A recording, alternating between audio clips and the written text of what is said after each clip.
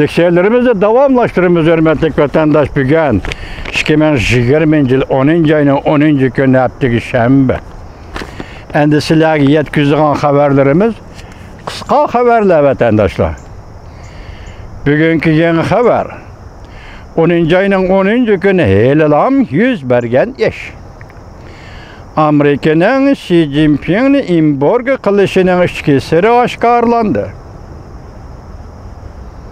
Bu bugün ilan kılındı mı yok bilmedim. Keyin ilan kılındı bilmedim. Lekin mavzu shunday keldi. Endi ekranda paydo bo'lgan xat mundaq. Amerika'nın Xi Jinping'ni imborga qilishining ichki siri oshkorlandi. Jungo Kompartiyasining aloqador so'rovlari qolaymiqollashib ketdi. Xi Jinping to'sib qololmadi. Yana bir xabar. Amerika'nın qamchisi davlat bexatarligiga tahdid soldi. O'ch olmoqchi bo'ldi. Jungo mamlakatli xalq vakillar qurultayi qonun tuzib, urushga tayyorlik qilmoqchi bo'ldi. Vol ko'chisi televiziyasi 10. ayning 10. kuni yota. Prezident Trump'ның o'ch elish plani oshkorlandi. Afg'onistondan Amerika armiyasini chekindirib Tayvanga o'rlashtiramdi. Qalayma-qallashgan dunyo ichida qayta tug'ilgan savol, Kompartiya gumron bo'lsa, jungoda kim huquq topshirib oladi? Window suhbati 9. ayning 10. kuni. Kechiringlar, 10. ayning 9. kuni YouTube. Prezident Trump ochiq bildirdi. Yana bir xabar. Afg'onistondan askar chekindirib, Jungo Kompartiyasi bilan urush qilishga tayyorlik qiladi. Amerika Jungo o'rtasida bir maydon urush bo'ladi. Hamda yo'shorg'ilab bo'lmaydi. Jungo Kompartiyasining 5-avlod kurashchi aeroplaniga taqobil turish. Tayvan eng ilg'or F-35 ni o F-35 kurashchi aeroplanini oriyat oldi. Besem cho'shkicha afzallikka ega bo'ldi. Yana bir xabar. Jungo Kompartiyasi eng zo'r tahdid. Amerika armiyasi o'tirmusofirlik raketa o'rlashtirdi. Amerika Tayvan kelgusida diplomatik munosabat o'rnatamdi. Amerika bilan Tayvan munosabatining mohiyatli taraqqiyoti bir Jungo, bir Tayvan shakllandimi? Pulga qaraydigan yillar 10. ayning 10. kuni yutdi. Biz bunda savol qo'yaylik, hurmatli vatandosh qachana. Hozir Xi Jinpingni imborga qilish oshkorlandi, bu sirli oshkorlandi dedi. Bu qachon? Vaqt aniq emas, lekin bugungi xabarlarda men ko'rmadim. Boshqa batlarda chiqyapti, men ko'rmadim. Endi Prezident Trump'ning o'ch elish plani savol qo'yilibdi. Jungoda Kompartiya halok bo'lsa, gumron bo'lsa, huquqni kim topshirib oladi? Bu entay eg'ir masala vatandosh bu. Prezident Trump ochiq bildirdi. Afg'onistondan askar chekindirib, Jungo Kompartiyasida urush qilishga tayyorlik qildi. Mening bu masalaga masalan Janping Shikoning so'zi bu. Buning savol qo'ygim kelyapti. Siz qo'shilamsiz qanday hurmatli vatandosh? Masalan, Amerika Qo'shma Shtatlari Afg'onistondan askar chekindirib, Jungo Kompartiyasi bilan urush qilishga tayyorlik qilyapti dedi. Qayerda? Yani bir 2. Jungo Obama mening bunda demoqchi bo'lganim Afg'oniston degan nima? Mustamlik Uyg'uriston deganni birla tog' yoki birla Anjantamning u tarafi bu tarafi degan gap. Bu nuqtada Afg'onistonda askar chekindirib, Amerika Qo'shma Shtatlari qayerda?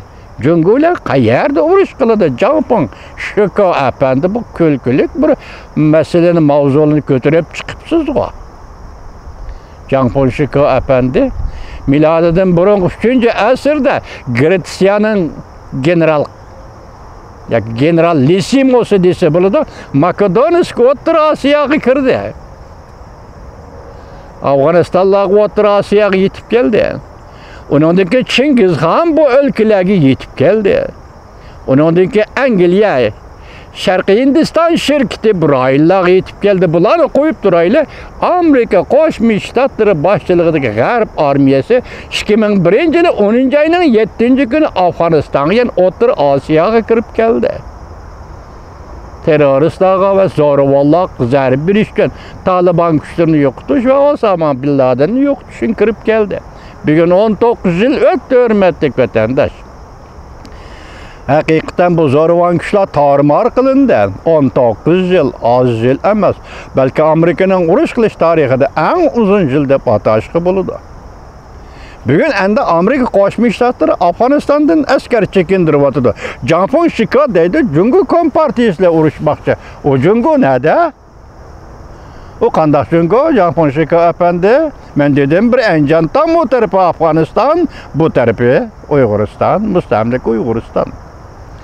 19-asrda cho'ng davlatlar va yoki milodidan burun Aleksandr Makedoniyskiy Afg'oniston qanday qiziqdi. Bu narsani men tadqiq qilib boqmadim, hurmatli vatandosh. Hozir Afg'oniston, yana Afg'oniston deb 21-asrda eg'izdan tushmayotdi. Afg'onistonning bugungi kunda dunyo uchun yoki cho'ng davlatlar uchun strategik qimmati zodi nima? Masalan, bugungi raketa qurollari taqdim baqqa uçup yürüyeverdi. Hazır dollar bolsa dünyanın her qanday yerda har qanday ishni qilg'ili bo'ldi. Savdo tijorat qilg'ili bo'ladi. Iroqdagi narsalarni setib olib oldiga elib kelgili bo'ladi. Zodi Afg'onistonning dunyoviy davlatlarning daftarida strategik siyosatda qimmatli o'rni zodi nima? Nemishqa Uyg'uristonga nazar tushmaydi. Gap mana bu yerda. Bir anjan tamg'o. Bir anjan tamg'o. Mesela alayli Amerika Qo'shma Shtatlari boshchiligidagi G'arb armiyasi O'rta Osiyoga kirib keldi Afg'onistonga. Bugungi Uyg'uristonning qiyofati, bugungi yig'ib olish lageri, bugungi jazolash lagerining yana bir tarafdan aytganda, balki mush ishlarga munosabatli vatandosh nemish qundaq deymiz. Demek kudretli bir armiya, kudretli bir devlet aparat, devlet maşinesi, armiyası. Bu kudretli kuchlar Xitoyning chegarasiga, mustamlika chegarasiga yetib kelganda Xitoyning taraddud qilishi, boshqa tayyorliklarni qilishi va Xinjiang rayonida Uyg'uristonda bostirishi bu muqarrar gapda, shunaqa emasmi? Endi bugun Janpon Shiko deydi, Amerika Qo'shma Shtatlari askar chekindirdi Afg'onistondan. Bu Jungo bilan urush qilmoqchi, Jungo bilan urush qilishga tayyorlik qiladi dedi. Jungo Amerika o'rtasida bir mayda urush bo'ladi bu shahbisiz. Endi yo'shirg'ili bo'lmaydi dedi. Bu Jungo nada? Afg'oniston chegarasida Jungoni tashlab etib, masalan, mustamlika rayon Uyg'uristondagi Jungoni hukmronligini tashlab etib deyli. Endi Amerika Qo'shma Shtatlari bu armiyalar qaysi Jungo bilan urush qildi Janpon Shiko efendi? Men shunchalik de savol qo'yay, hurmatli vatandoshlar, mana boshda ko'rdik. Bu qisqa xabarlarning mazmunini anglab qoldingiz, ko'rib qoldingiz. Buningda Xi Jinpingni embargo qilishdan iborat yana bir masala o'tirib chiqibdi. Buning jarayoni qanchalik bo'ladi oldimizda kutamiz vatandosh. Eng oxiri pulga qaraydigan yillarning bir nuqtasi nima deydi? Amerika Jungo, kechiringlar, Amerika Tayvan kelgusida diplomatik munosabat o'rni tanidi deydi.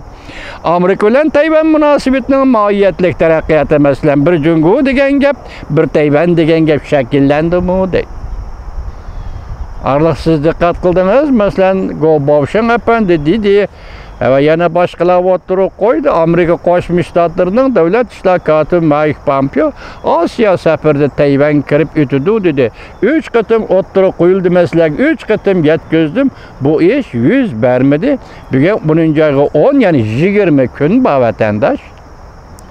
20 kun ichida yani nima ishlar yuz berdi Alloh biladi. Biroq hozir prezident Trumpning nayti shiddatli kaldı Jungoga.